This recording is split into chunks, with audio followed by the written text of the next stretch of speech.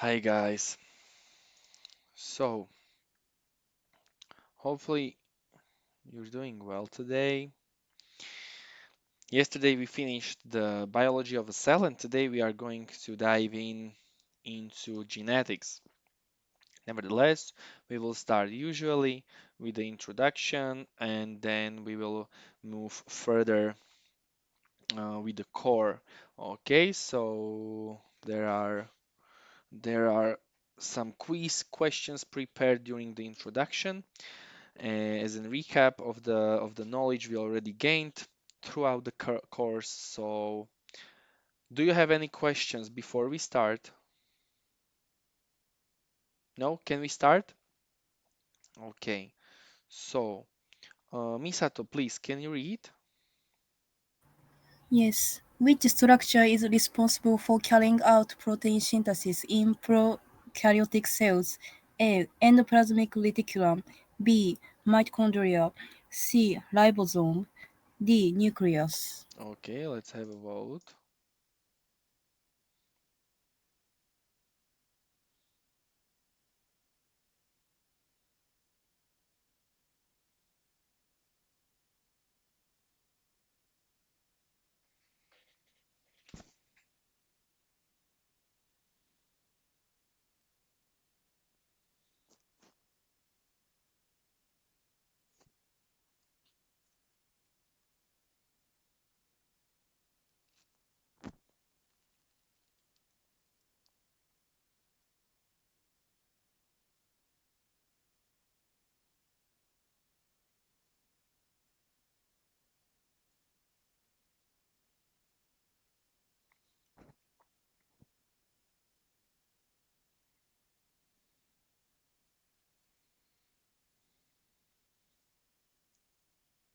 Here are the results. Misato, what have you chosen and why? I'm sorry, I chose A, but A is not correct. Why you think it's A is not correct? I think endoplasmic reticulum mm, is protein synthesis in eukaryotic cells. Perfect. Um, if you remember, 2 weeks ago we were comparing those two cells, prokaryotic, eukaryotic. And if you remember, we mentioned that endoplasmic reticulum is a part of endomembrane system, as well as Golgi apparatus, as well as lysosomes. Um, they are higher all order cell structures or cell organelles which are not present in prokaryotic cell. Okay, prokaryotic cell is in all perspectives or functionalities more simple comparing to eukaryotic cell, okay, but they have something in common, for example cell membrane or cytoplasm or ribosomes, okay, and ribosomes play a crucial role in protein synthesis in both types, even in prokaryotic as well as the eukaryotic cell. So because it's very essential for the living organisms to be able somehow produce proteins. Even prokaryotic cells are able to do it.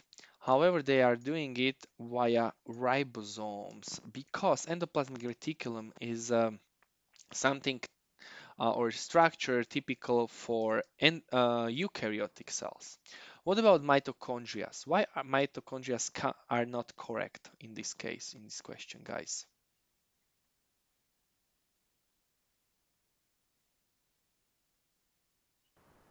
Hmm? Prokaryotic cells has no mitochondria.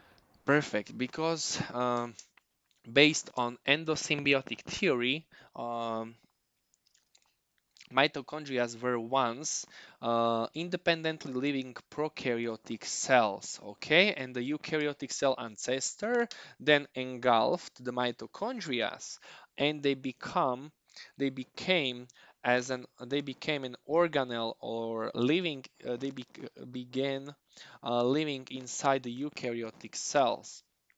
Mitochondria are responsible for energy production. They are powerhouses of the cell, basically, it says.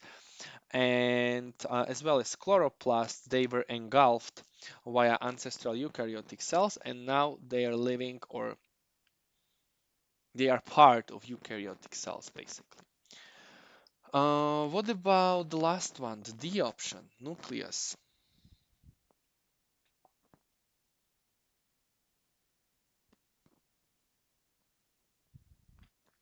Or what is the main function of nucleus feature? Why the nucleus is important? Nucleus is DNA storage, Yes, and it stores the DNA. Yes, exactly. It also has their own membrane, and true nucleus, we can say, is typical only for eukaryotic cells. Prokaryotic cells have only nucleoid or circular DNA floating inside the prokaryotic cells. There are also structures called plasmids, which are circular fragments or portions of DNA, but they are small in size, much smaller comparing to nucleoid, and the nucleus refers to basically the structure which has own membrane. And in the eukaryotic cells, we know that nucleus has outer and inner membrane basically, and genetic information is stored inside of it. Okay, only one other organelle has or keeps some uh, amount of genetic information inside. Do you remember which one was it? Besides nucleus,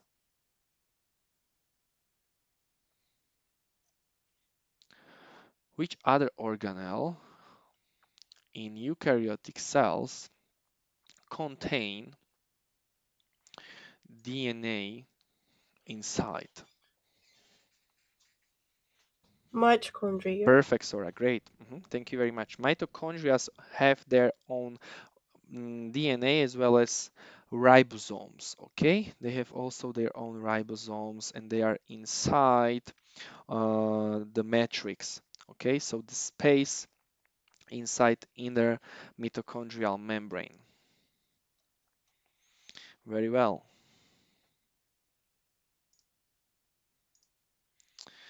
Uh, Yuki, are you here? Yes, Perfect. Please, can you read? yes. Which organelle is responsible for storing water, nutrients, and waste product in plant cells? A. Chloroplast. B. Mitochondria. C. Vacuole. Perfect. D. D. Nucleus. Perfect. Thank you very much, Yuki.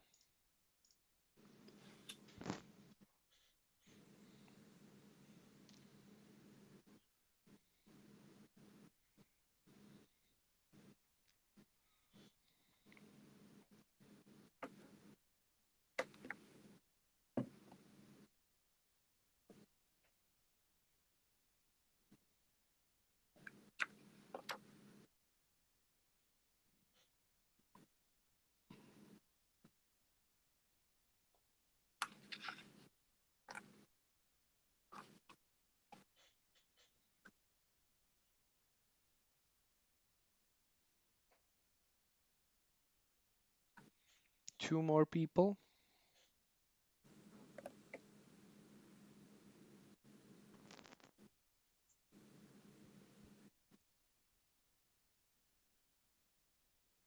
One. Okay. Here are the results. Let's discuss them. Yuki, what have you chosen and why? I chose C Okay, and why? because I, I saw so A, B, D is not correct.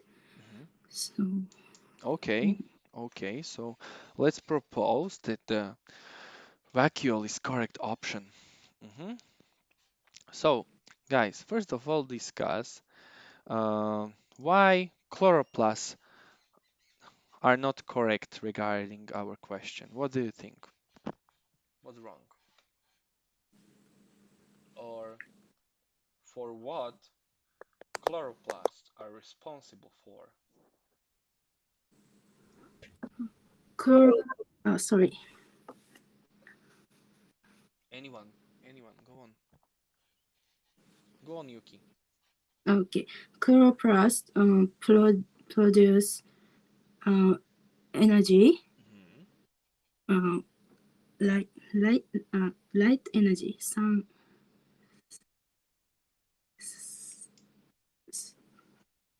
Mm, Light energy is definitely involved in chloroplasts. You are absolutely right. Um, However, chloroplasts are the organelles where the photosynthesis takes place, if you remember. So basically, chloroplasts are converting light energy into chemical energy, and basically they create their own glucose in order to create nutrients for their needs. Okay, perfect. So, but yes, chloroplasts are not responsible for storing water, nutrients, or waste products in plant cells. What about next one, mitochondria?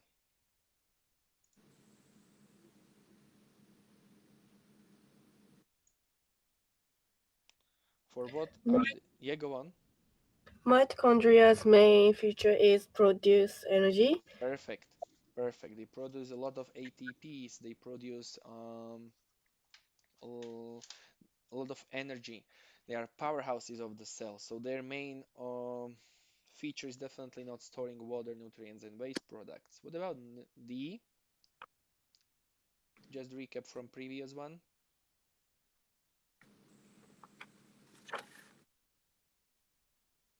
What's the main feature of nucleus? Nucleus storing genetic information. Great, great. So what about vacuole, guys? We very shortly discussed the differences between animal and plant cell, and and where is the picture? Where's the slide? I want to show you the picture. Yeah, here it is.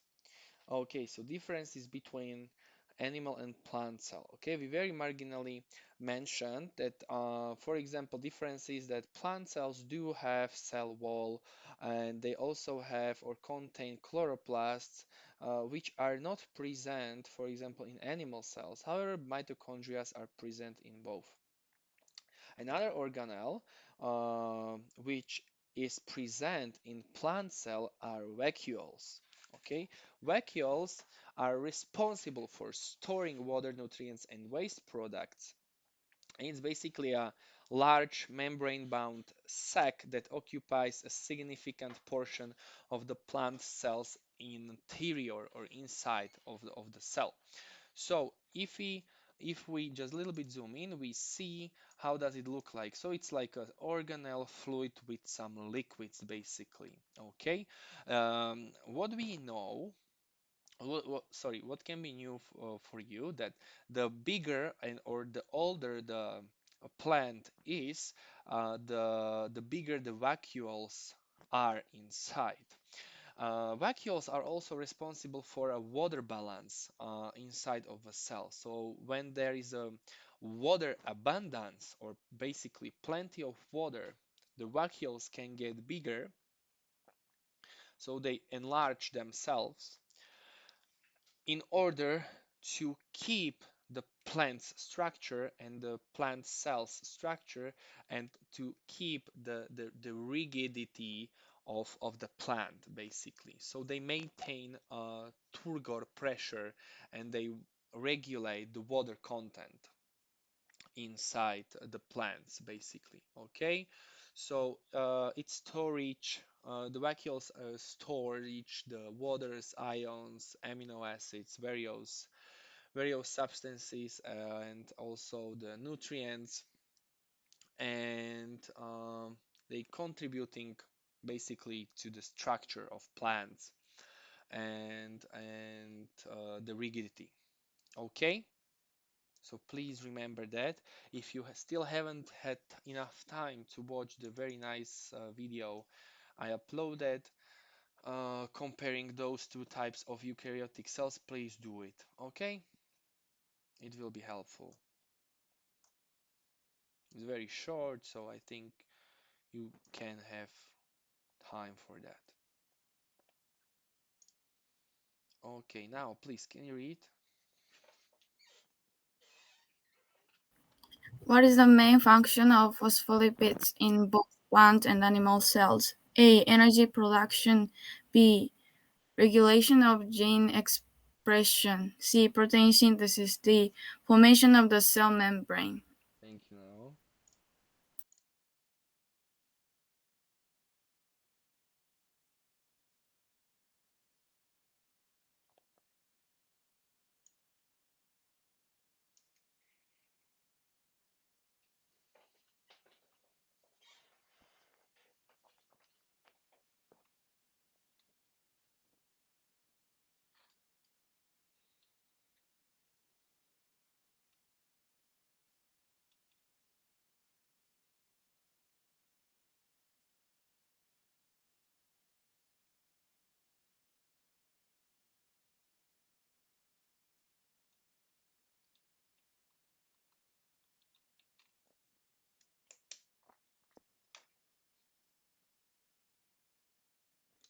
Two more people.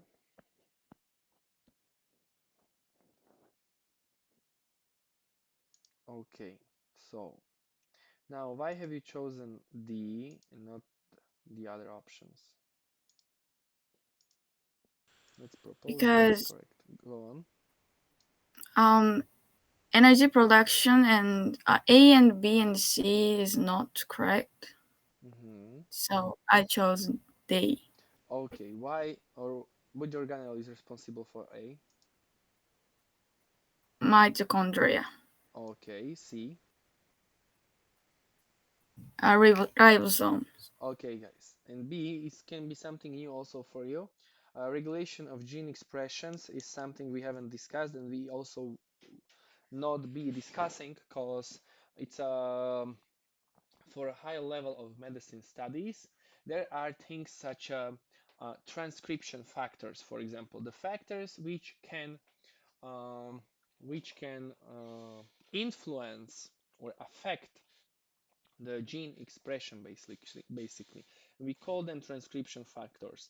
There are numerous transcription factors. As an example, we can mention steroid hormones. Okay, steroid hormones are able to pass through the cell membrane because they are non-polar, and they can get into the nucleus and influence the cell or gene expression in a required way. Basically, if the cell needs more proteins, some steroid hormones are triggering the gene expression in order to have more proteins based on some needs, basically. Okay, so G in expression. How formation of the cell membrane. Let me show you the picture we've seen already. And where is cell membrane on this picture, guys? Hmm? Where do you see cell membrane or phospholipid bilayer? Can you use a pointer, maybe?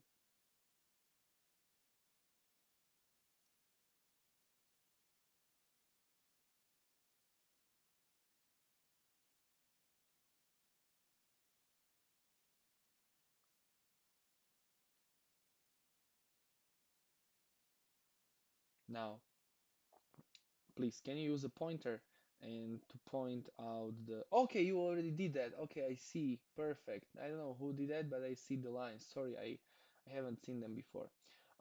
Perfect. So this is a cell membrane. Um, I don't know who did that, but thank you very much for that, guys. Yes, this is a phospholipid bilayer. On this more detailed scheme, we see hydrophobic tail and hydrophilic head, or polar head, non-polar inside. Um, what are the consequences of this structure? That the inside is non-polar and the poles or the extremities or sides are polar. What are the consequences, outcomes, what can pass through or what cannot pass through?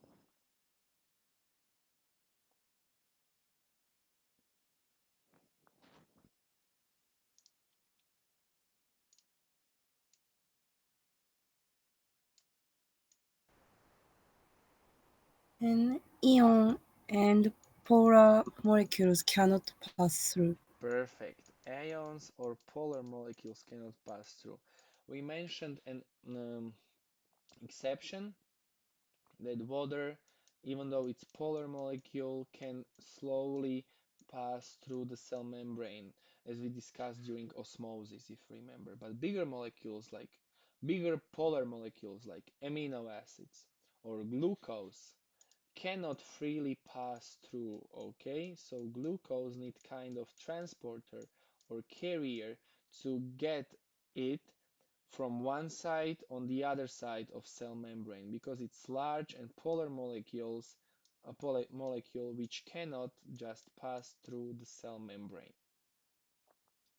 As well as ions, they are highly charged, so highly charged molecules also cannot freely pass through the cell membrane. So this is one very important feature. So basically transport, and the other one is formation of the cell membrane or plasma membrane. So phospholipids bilayer gives or forms a cell membrane basically. Okay, so phospholipids are responsible for formation of the cell membrane and the plasma membrane.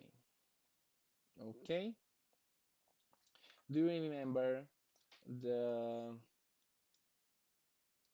living form which does not have phospholipid bilayer but phospholipid monolayer?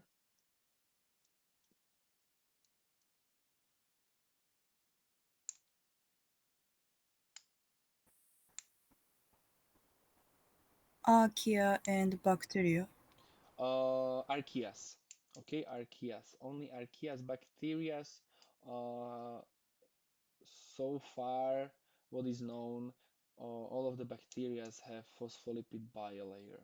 But you were right, Misato. If you would be right if I asked that what kind of living forms belong to prokaryotic cells. So archaea and bacteria. Okay, understand? I will show you the picture very quickly. What I said. So bacteria versus archaea, they both belong to prokaryotic cell. Okay, prokaryotic cell. Bacteria and archaea, there are two different domains.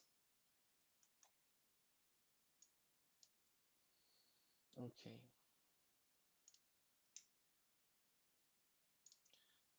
Sora, please, can you read?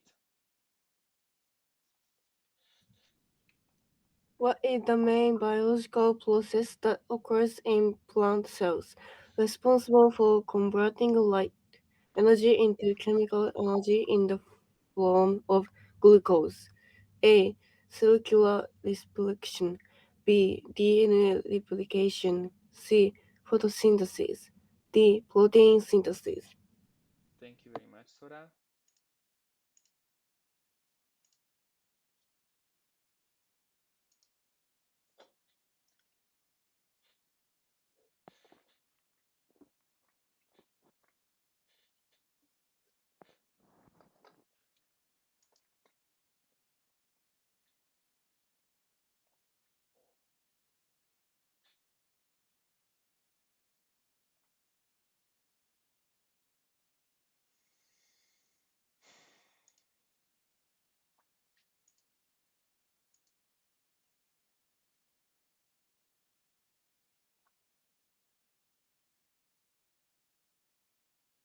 One more person.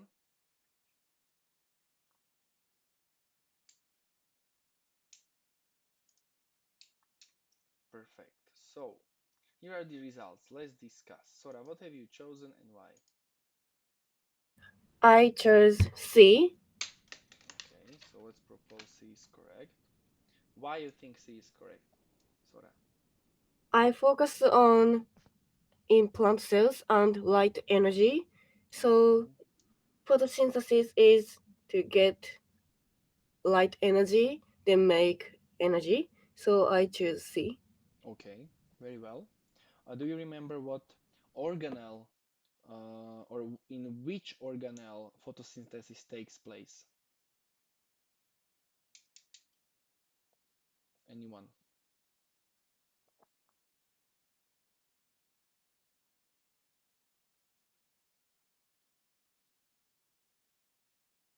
In which organelle photosynthesis takes place?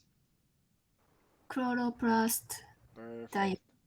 Chloroplasts. Exactly. So, you are right, let's say. Protein synthesis mm, or photosynthesis.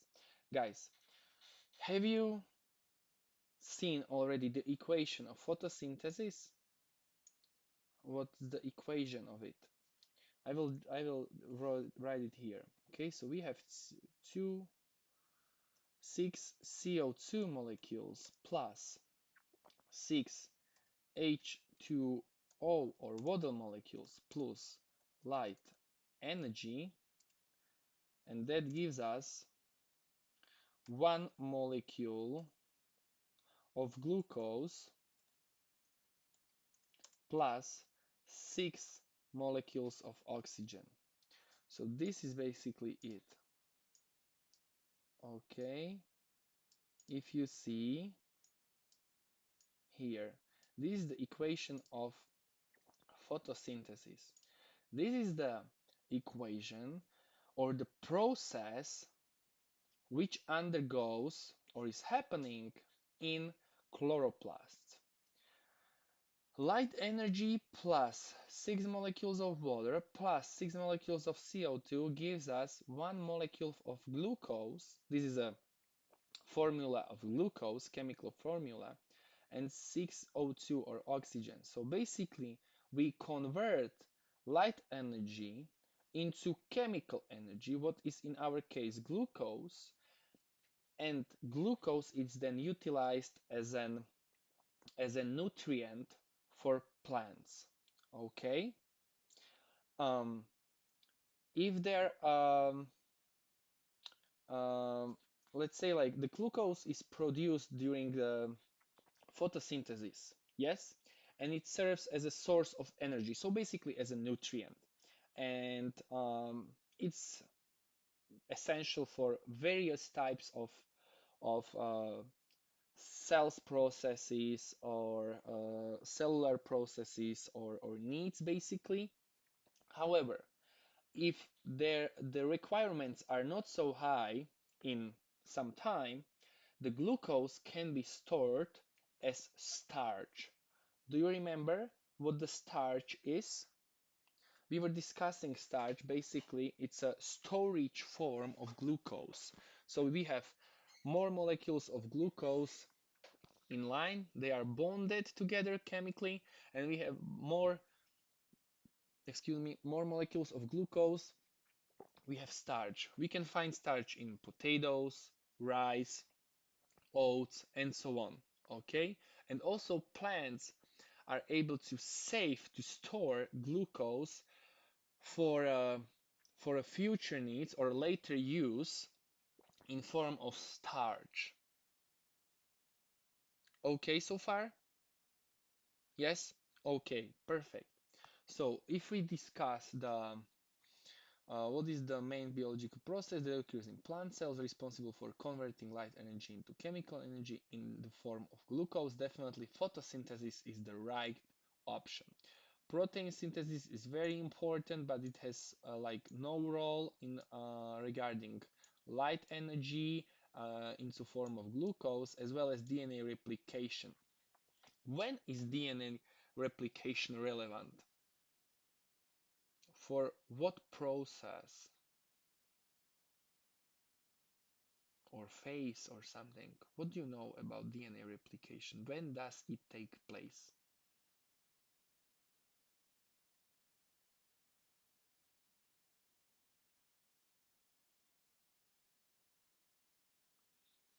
DNA replicate. Yeah, go on. Anyone? S phase. S phase of what? Uh, what is a S phase of what? cell cycle. Yes, cell cycle. Yeah, In yeah. Yes, exactly. Perfect. That's I just wanted to clarify what S phase is, just not just S phase. Perfect. Great. So S phase, exactly. We have a cell division or cell cycle, and we divided cell cycle into basic two subtypes or subphases, interphase and M phase. And M phase have other three subphases, G1, S, and G2 phase. So definitely, and during S phase, DNA replication is happening. As we know, cell cycle is responsible for preparing the cell for cell division. And this DNA replication is basically when we are doubling the amount of DNA in order to have enough genetic information in both the other cells and to have identical DNA there. So let me get back. Definitely DNA replication is important for plant cells. However, it has no connection to converting light energy into the form of glucose. Cellular respiration is also not right.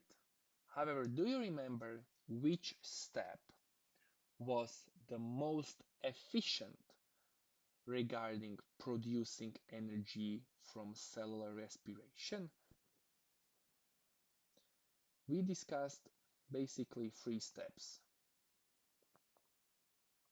We started with Oxidative phosphorylation. perfect. Do you remember how much energy we get?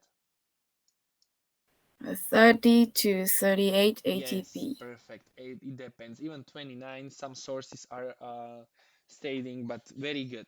We started, guys, just for clarification, with one molecule of glucose. As an outcome, we have two molecules of ATP and two pyruvate molecules. Those two are not in calculations because we invested two molecules of ATP. So as an outcome of glycolysis, we have two uh, ATP molecules and two pyruvates, also NADH, but we will get there very soon. Pyruvate is then converted into acetyl coenzyme A,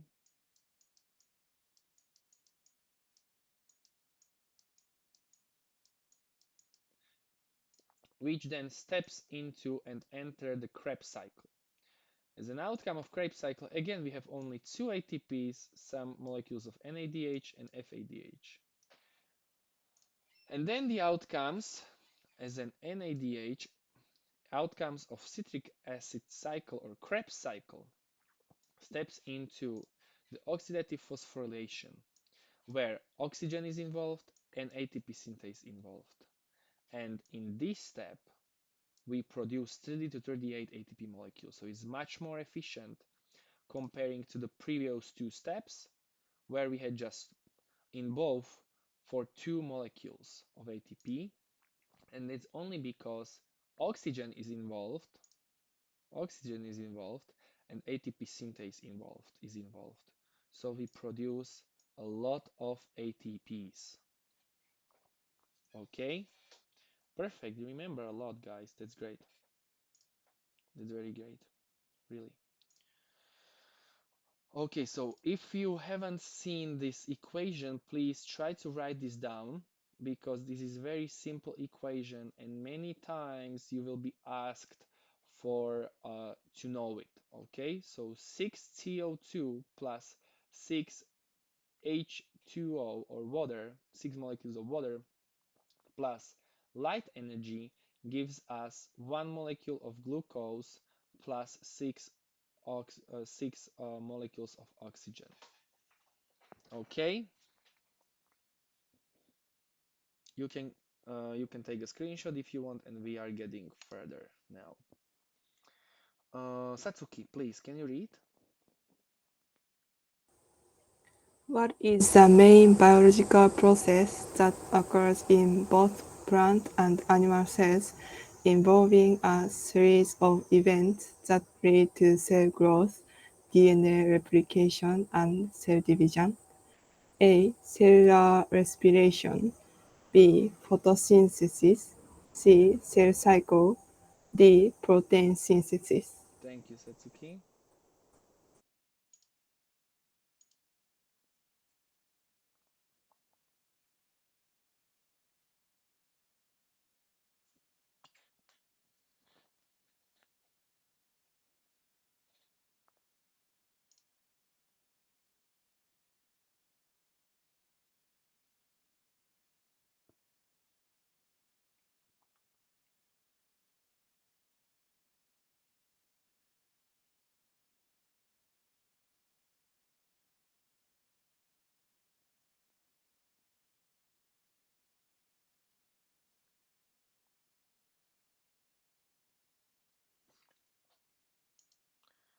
Okay, here are the results. Satsuki, why have you chosen C?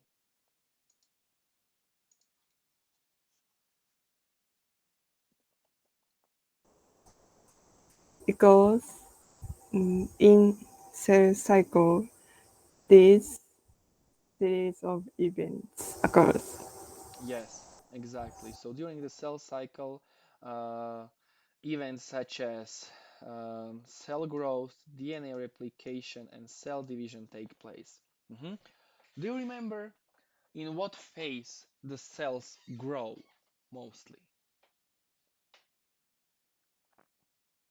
In which of the phases?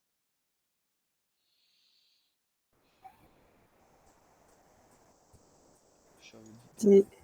Okay, go on, Satsuki. G1 term Perfect. G1. In which phase DNA is replicated? S.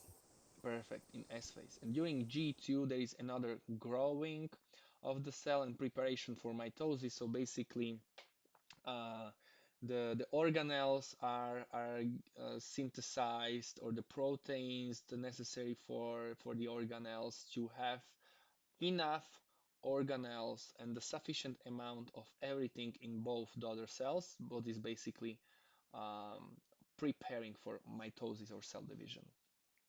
Great. Okay, here we are. Yes. So photosynthesis we already discussed on a previous slide. Protein synthesis we asked already twice, and cell respiration we also discussed just on the previous slide. So on cell cycle. Very well. Perfect. Let's move on. Aoi, please, are you here? Oh, yes. Perfect. Can you read, please?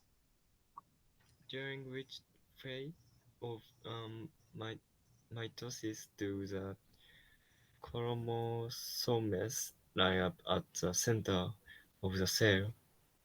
A. Pre- prephase. B. Metaphase. C. Anaphase. D. Telophase. Thank you, Aoi. No, no, no, sorry, not this one. My bad. This one.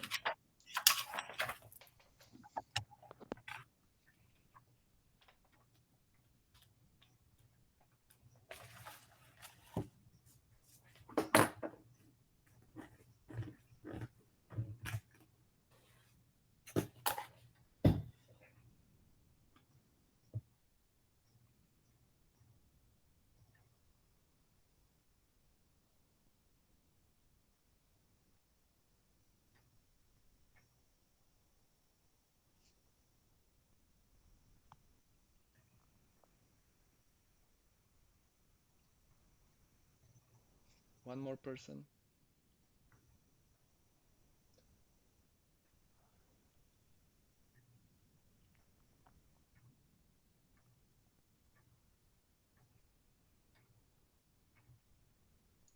Okay, here are the results. Aoi, can you explain to us why have you chosen A or B? I choose B. Okay, and why? Um, I don't know it was correct, but I just remember the like the image of phases. Mm-hmm. So yeah, I Okay. chose. Okay, yes. So let me just bring the picture of mitosis back. So here we see the scheme. Okay.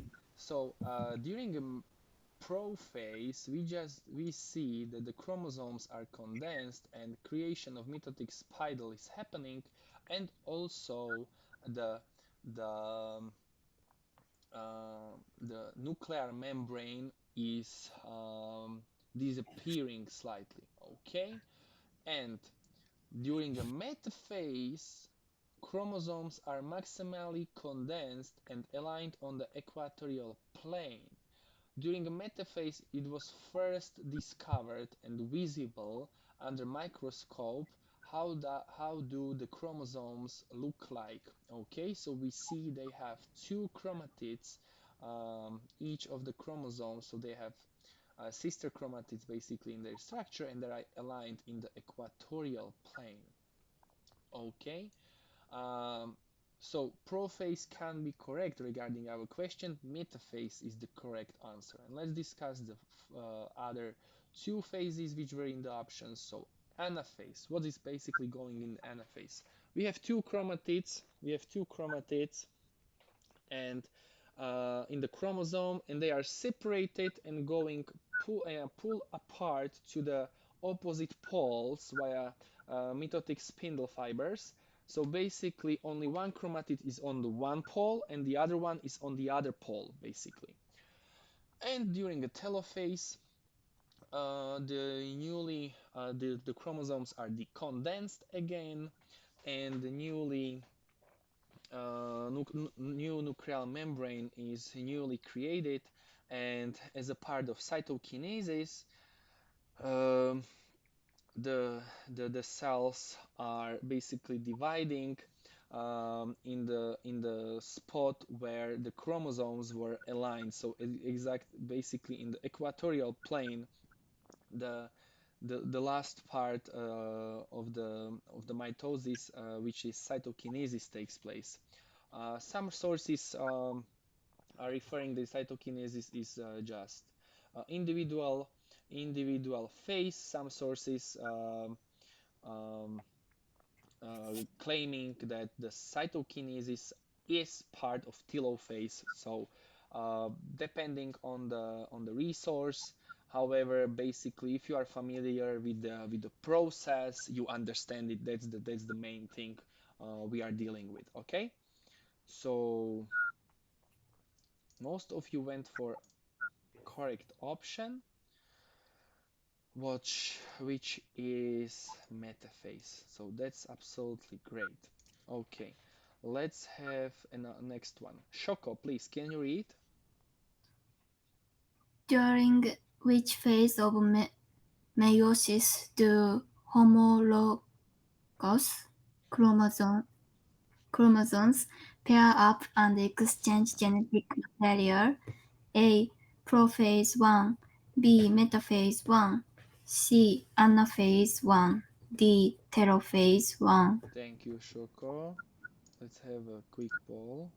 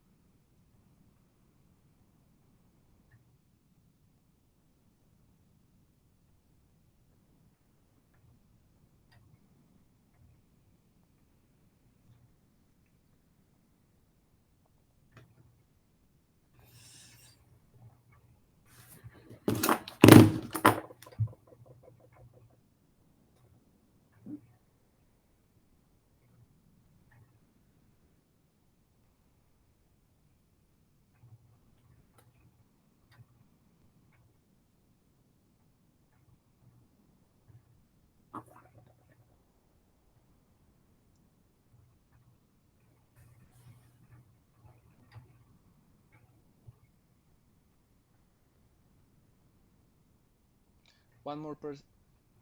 One more person.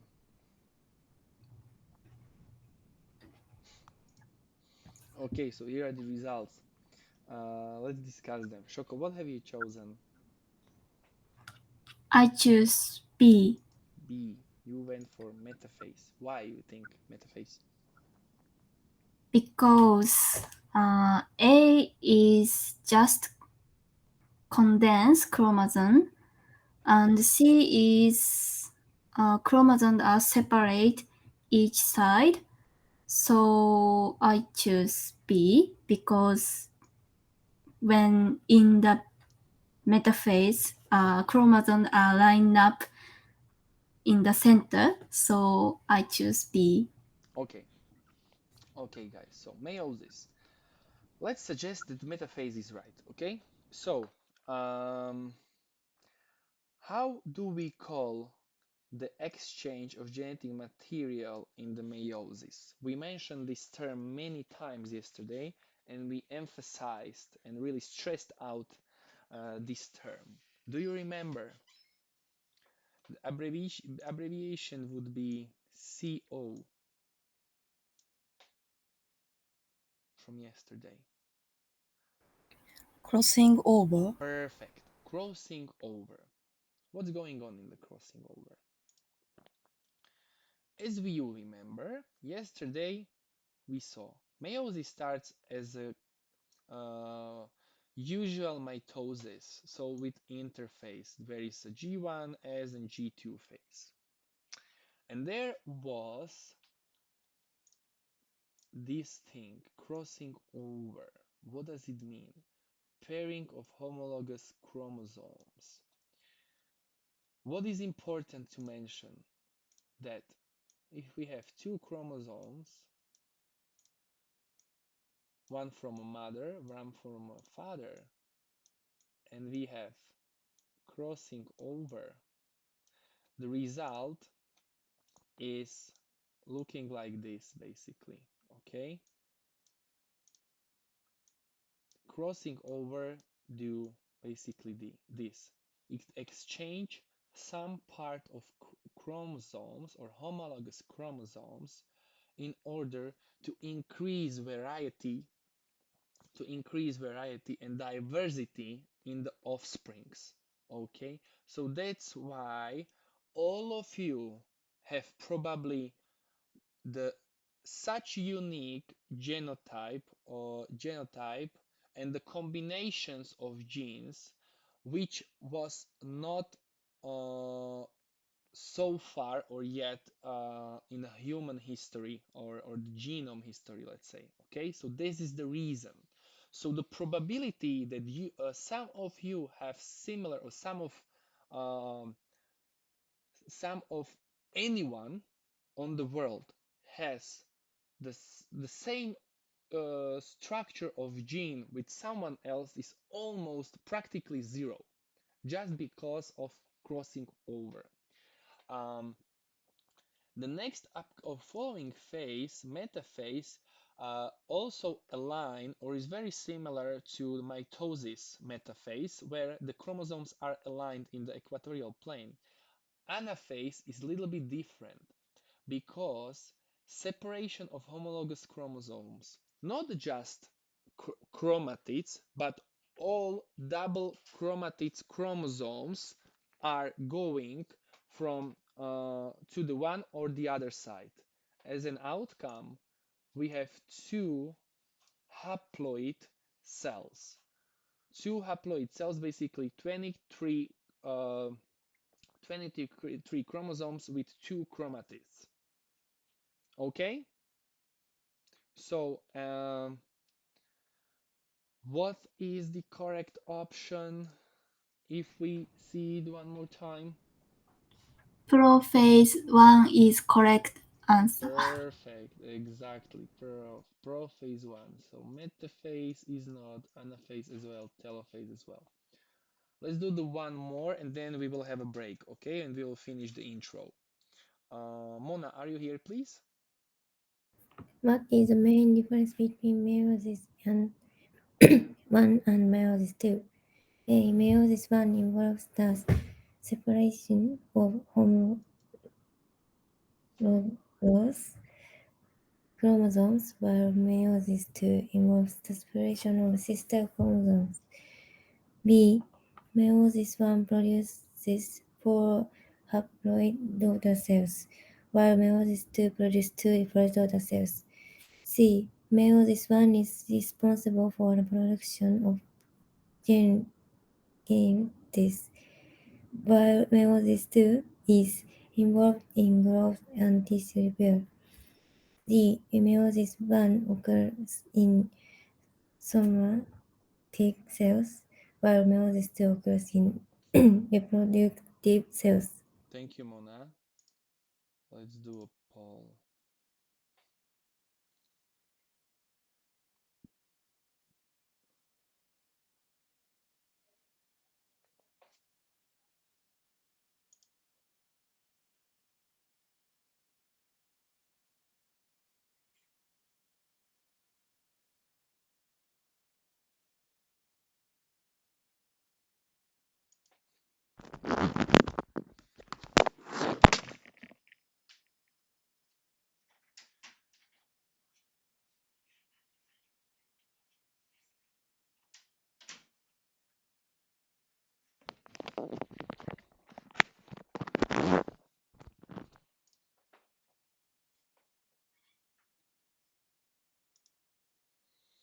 Few more people.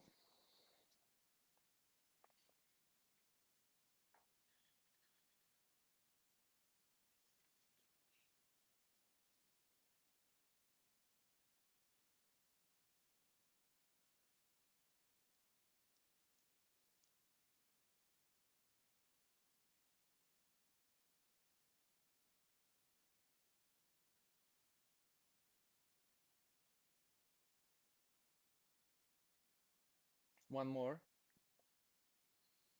Okay, so here are the results. Let's discuss them. Mona, what have you chosen and why? I chose A Hmm. Why? because I remembered meiosis II is separate of sister chromatids, so I chose A. Hmm. Okay, so let's propose that A is correct. What's wrong with D? Anyone? What do you think is D is not correct? If you remember, yesterday we were talking about meiosis, that meiosis is something typical only for reproductive cells or sex cells. So basically, sperms and eggs. If we have, if you have a home a pet, cat or dog, for example, which is neutered, basically doesn't have reproductive organs anymore, there is no meiosis going inside its body. So it's very highly specific only for sex cells or reproductive cells, basically. Mitosis is the process for cell division which takes place in the all somatic cells. So if we get back to the option D, where meiosis I occurs in somatic cell, this is can be correct because meiosis I is just a first phase of meiosis, and meiosis II is just continuation of meiosis I. Both are related to sex cells. Okay. If we check the second option, what's wrong with second option? C, sorry, C option. My bad, not second, C option.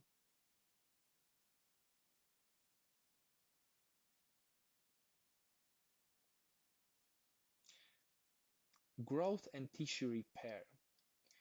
If we are, for example, wounded on the skin, we have a scar, or we need a scar, we are bleeding.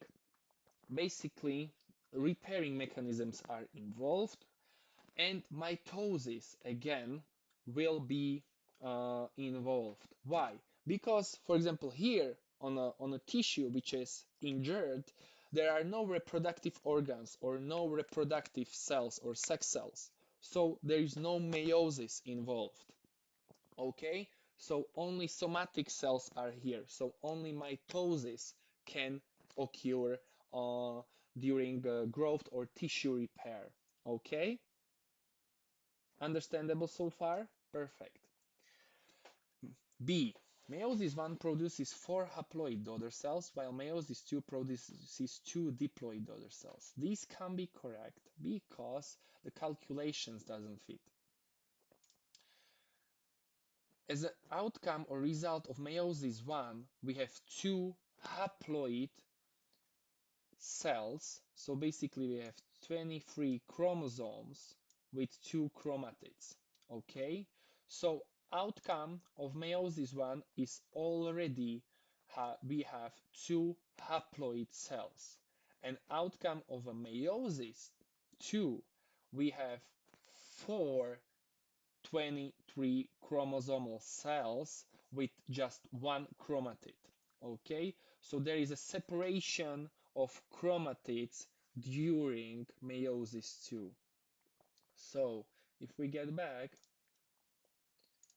we see that A option, when meiosis 1 is involved in the separation of homologous chromosomes, while meiosis 2 involves the separation of sister chromatids, because one more time, separation of homologous chromosomes is going on during anaphase 1. So homologous chromosomes, not just chromatids, are separated and they go to the different poles of a cell or opposite poles. And the outcome are 2 haploid cells, whereas meiosis 2 an outcome is 4 haploid cells. Okay, guys? So as well, the B is not correct. It doesn't fit. Do you want the break?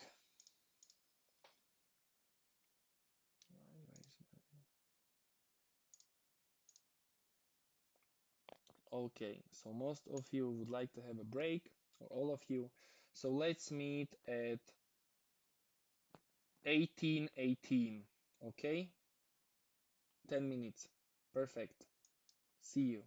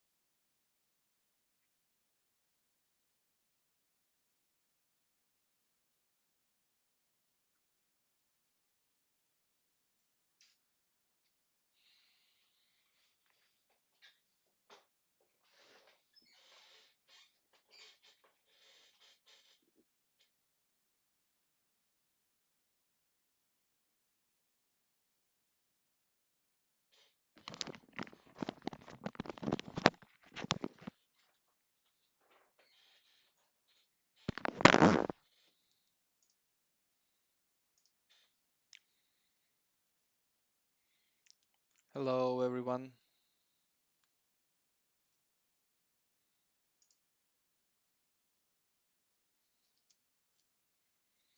Okay, guys, so that brings us to the core, and that brings us to the new chapter, what is genetics.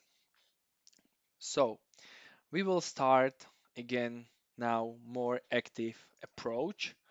Um, you will be divided into two groups. Here we have new terms, genetically related terms such as gene, locus, phenotype, genotype, heterozygous, pure line, dominant expression, recessive expression. All of those terms we need to be familiar with in order to understand genetics and the genetics topics we need to cover together. So, your task will be now for 10 minutes, work with your colleagues in the group. One group will have this list of terms, the other group will have this list, the other list of the terms. Okay, so if you can please do a screenshot and I will tell you who is going to do which list. This is necessary for us because all of those terms are very closely related to the genetics, and we will discuss them very often during our following days, during our following topics. That's the reason why we need to understand all of them. Okay? So,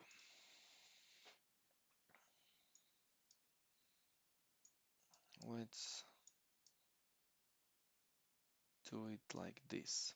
So first group are Aoi, Mona, Satsuki, Shoko, and Yuki. First group, one more time. Aoi, Mona, Satsuki, Shoko, and Yuki. The other group, Misato, Nao, Sora, Yuta. One more time. Misato, Nao, Sora, Yuta. You are the group number two. Group number two. Please do screenshots of the terms or copy somehow the list and try to find the definitions or the somehow uh, or definitions or descriptions of those terms. You can start, we have 10 minutes.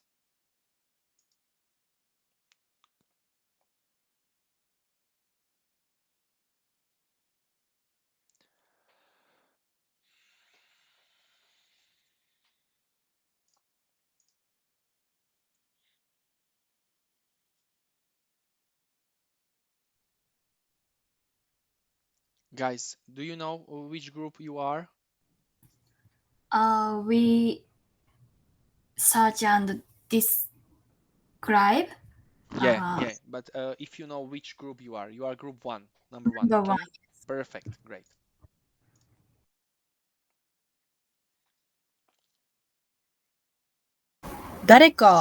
Guys, you are や group number two, right? Group number two.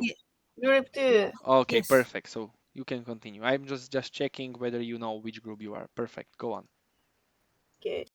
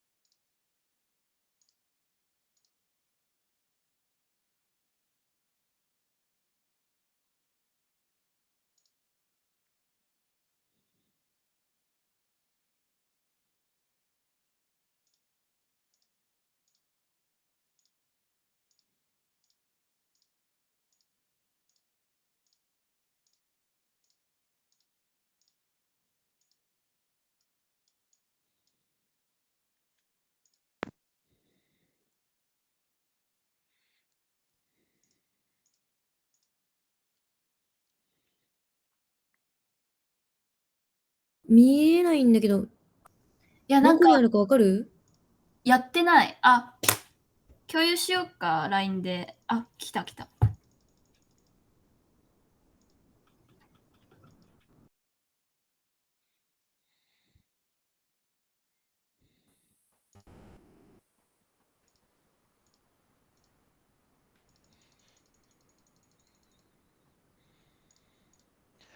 Guys, you have the list as a picture here, okay? あ、オッケ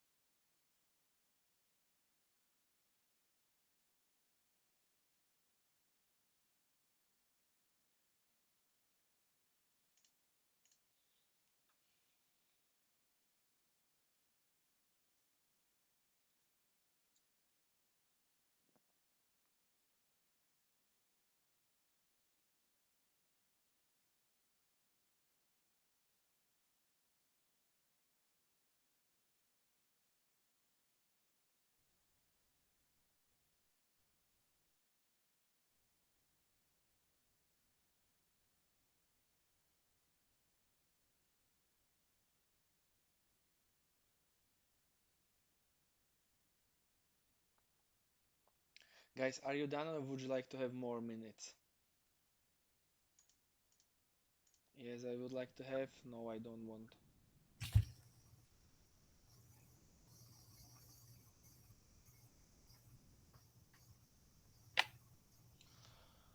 Okay, so it was very tight, so let's have 3 more minutes, okay? And then we are back. Just 3 minutes.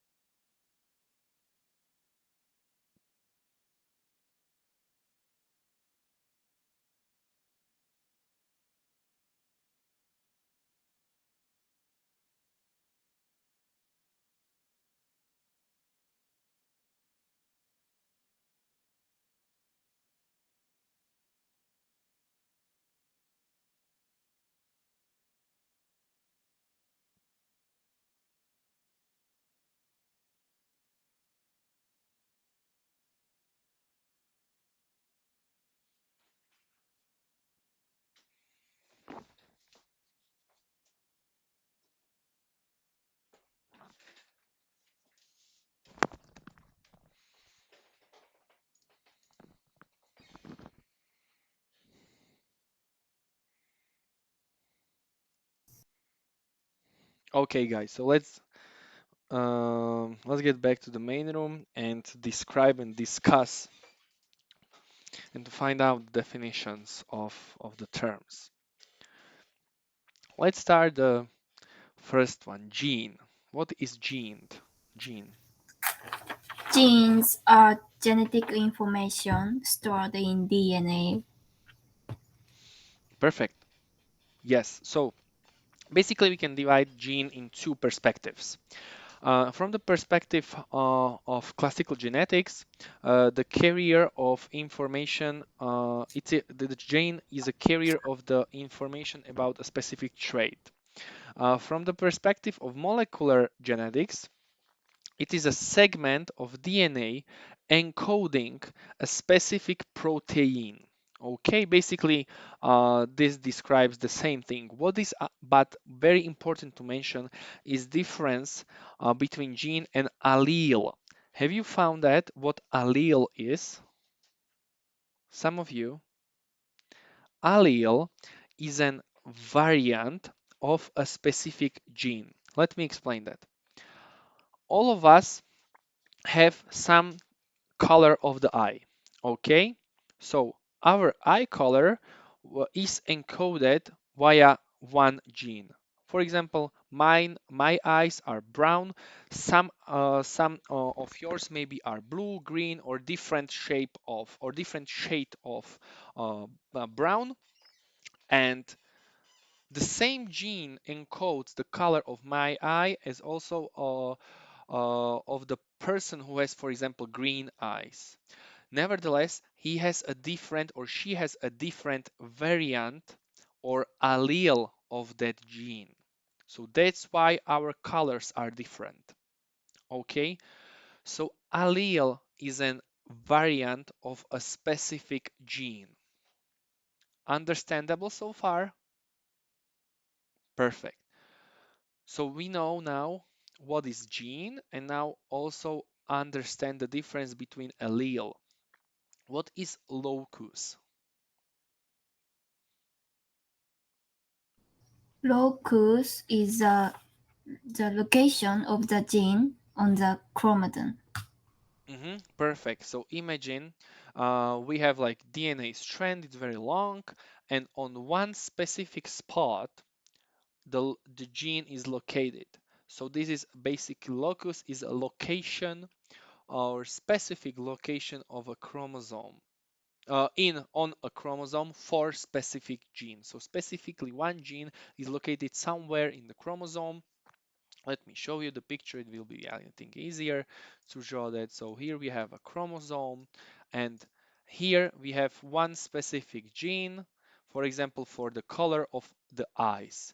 So this is here we have its locus. The other gene, for example, for the color of the skin is located somewhere else. So it has also different locuses. Okay, so this is basically a locus. Clear? Perfect. What about phenotype? Phenotype is traits that appear outside living organisms. hmm Very good. Perfectly. So, let me briefly explain that. Basically, it's a set of all observable characteristics of an individual. I will write, have you found also genotype? And I will write one equation. We will discuss both of them. Genotype. What is genotype?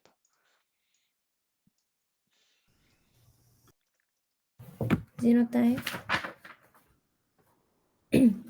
of genotype is a scoring of the type of location in the genome.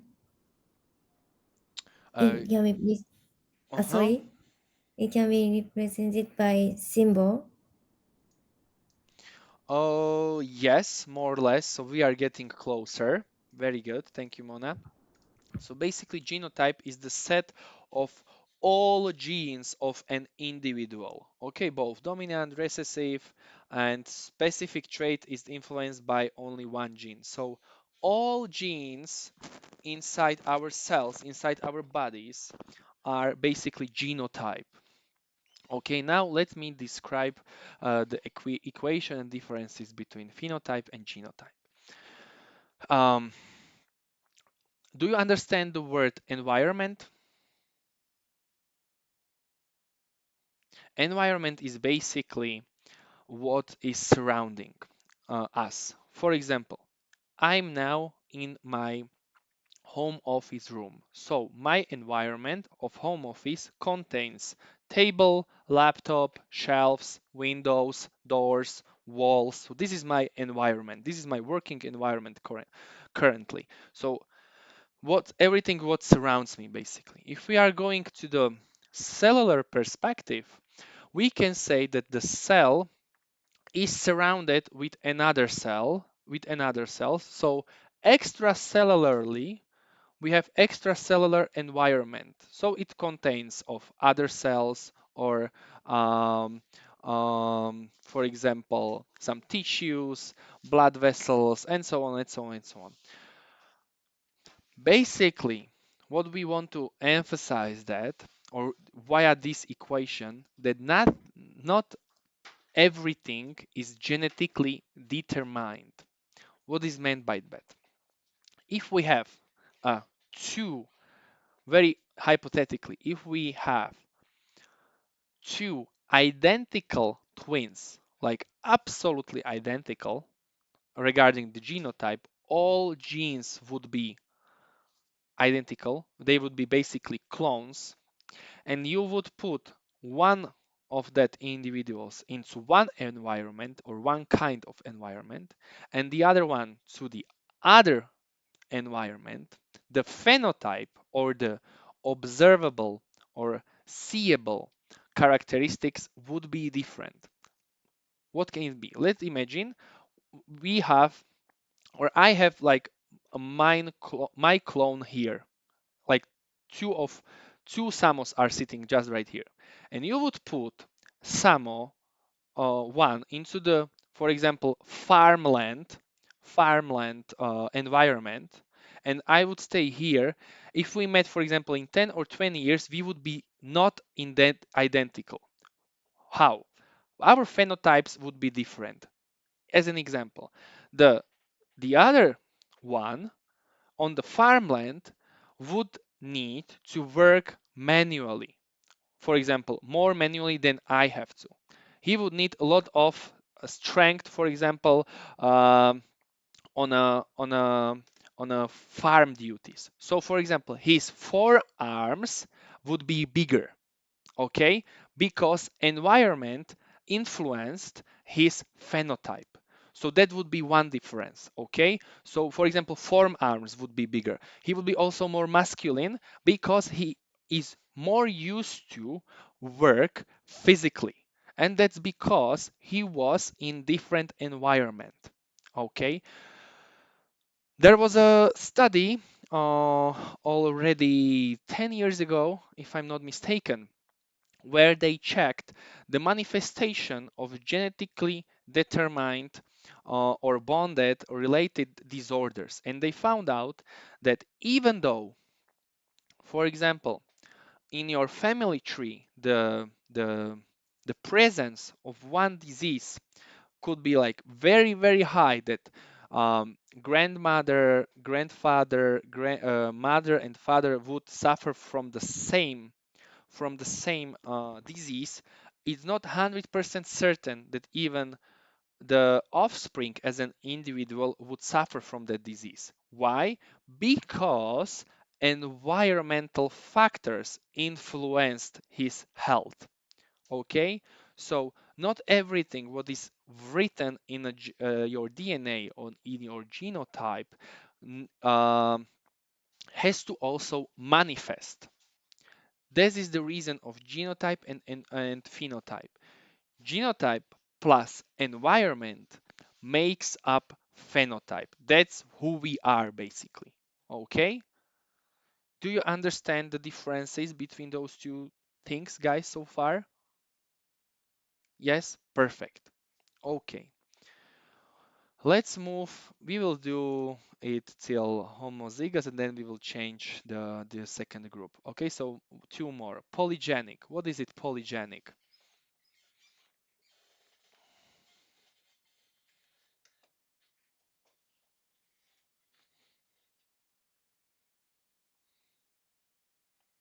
Guys, have you found out something regarding polygenic? Sorry, Mhm. can you hear me? Yes, Polygenic? Hmm? yes, polygenic. Polygenic? Mhm. Yeah, Go. sorry. Polygenic is a characteristic such as height or skin skin color Okay. that is influenced by genes. Mhm. Basically, polygenic is, in other words, multifactorial. So, multiple genes are responsible for one trait or trait. Do you understand the word trait, right? Trait. Yes, perfect. So, for one trait, as Mona explained, height or skin color or intelligence are all multifactorially determined. What does it mean? Basically, multiple genes are influencing this trait. Okay, it's not only based in just one gene, but multiple genes, and also uh, other factors play a role in um, the final manifest or phenotype, basically. Okay, perfect. Um, let's do homozygous and then we will change. Yes, homozygous. What is it? Um, those with the same equal genes are called homozygotes. Yes, yes. So homozygous is an individual with two identical alleles for particular trait or two identical forms of gene. What does it mean? What does it mean? That um, if we have, I will erase this drawing because we need that. We have a pairs of chromosomes. Okay, so if we are talking now about gene from your father and gene from the mother. Here we have one specific gene. Here we have one specific gene. If those alleles are similar or variants of that gene are similar, this is a homozygote, basically. We write it many times as an A, A. We use alphabet, okay? So this is a homozygote regarding one specific gene. We will discuss one condition, very specific condition, which is a recessive disease, autosomal recessive disease called cystic fibrosis. Have you heard about cystic fibrosis already? Not yet? It's a disease when chloride ion channels are affected and the the the exchange of chloride ions are basically blocked. Pancreas is affected, lungs are affected, or sweating glands are affected. What does mean? What are the consequences? This condition has an allele, or let's say an allele for that is like A A. Both alleles from the homologous chromosomes or from the parents were, after crossing over, ended in this constitution. So basically, both alleles are the recessive alleles, and this patient or this individual is affected by cystic fibrosis. However, if the one allele would be different than the other allele on the other chromosome, this patient is still healthy. And this patient is absolutely healthy. This we call homozygote. How is heterozygote defined? Guys, heterozygous from group 2. Heterozygous.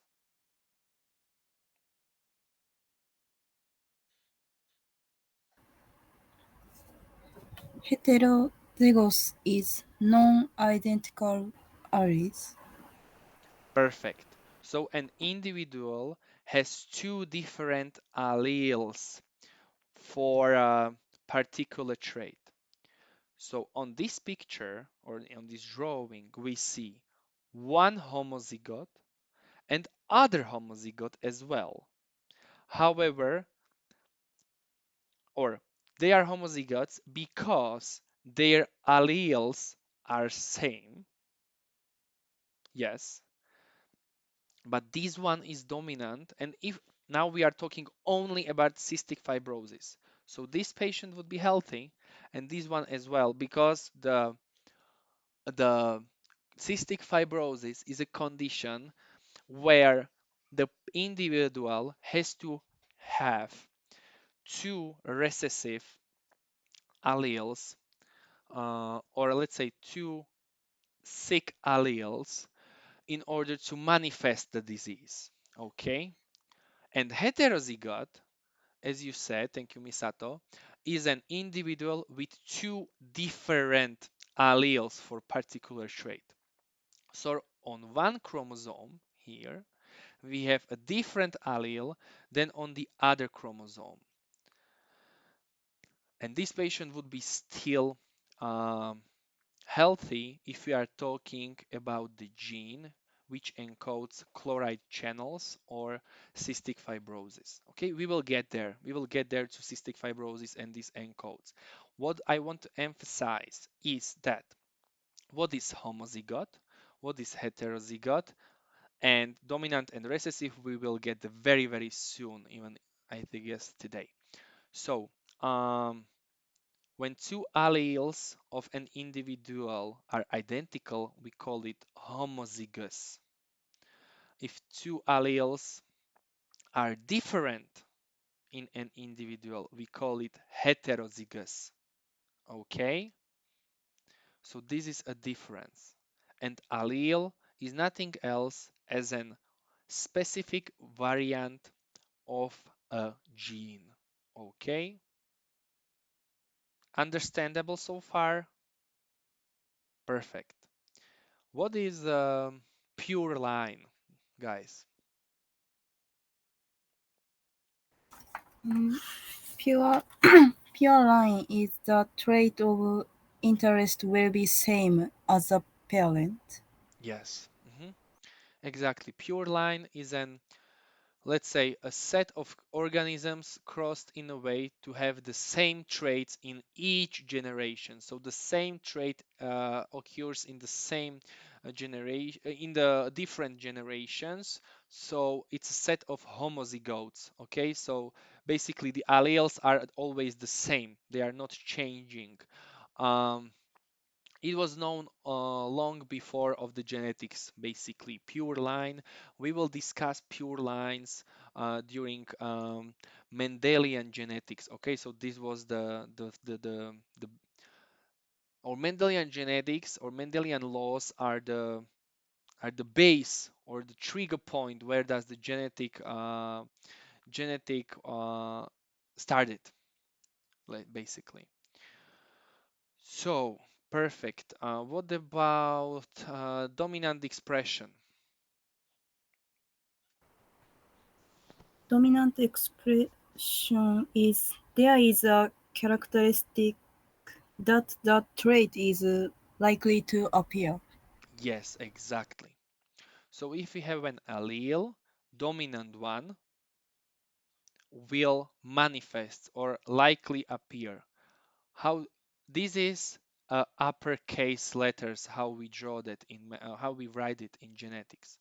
If some allele is dominant, we draw it or write it like in big letters. Okay. Recessive expression, on the other hand, what is it?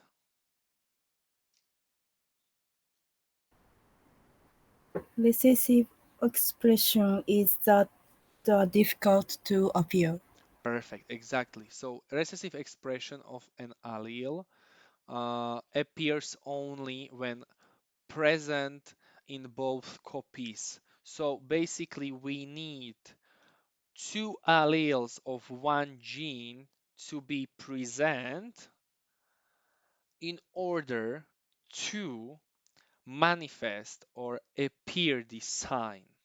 Okay, if we are talking about cystic fibrosis, which has a recessive expression, we need two recessive alleles in uh,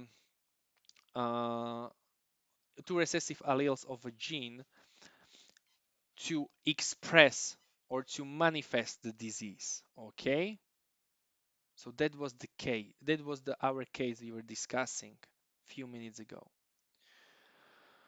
Okay, what is complete dominance?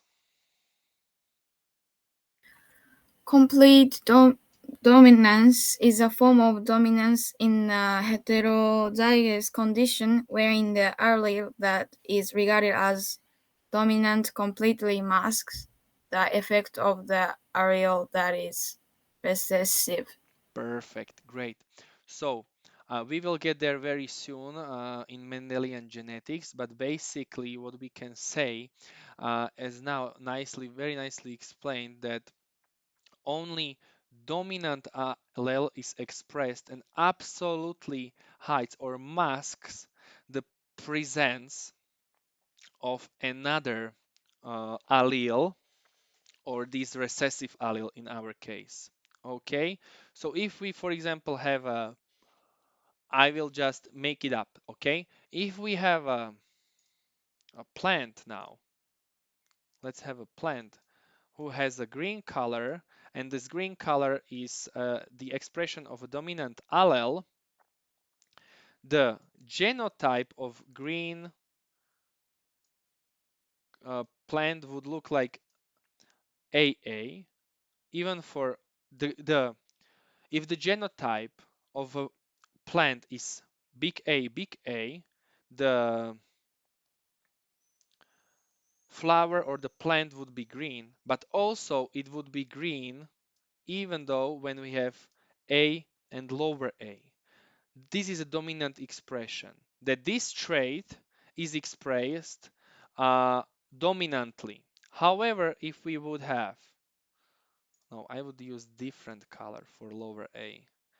Recessive expression basically means that the plant would be in different color basically only if there are recessive alleles. Okay, two recessive alleles. Only in this case, the color of a plant would be different because we have two recessive alleles, and then therefore and consequently or therefore there is no dominant allele which will mask the presence of the recessive allele. Okay, guys, so I think we can stop here. This is a complete dominance, and then tomorrow we will continue on these spots. Okay, perfect. Do you have any questions, guys, so far? No? Okay, so thank you very much for your activity and preparedness, and that you collaborated and that you are still working hard. Really, if you keep this track, I really believe that you will be in the future very good doctors. Okay, so thank you very much for that, and see you soon. See you tomorrow.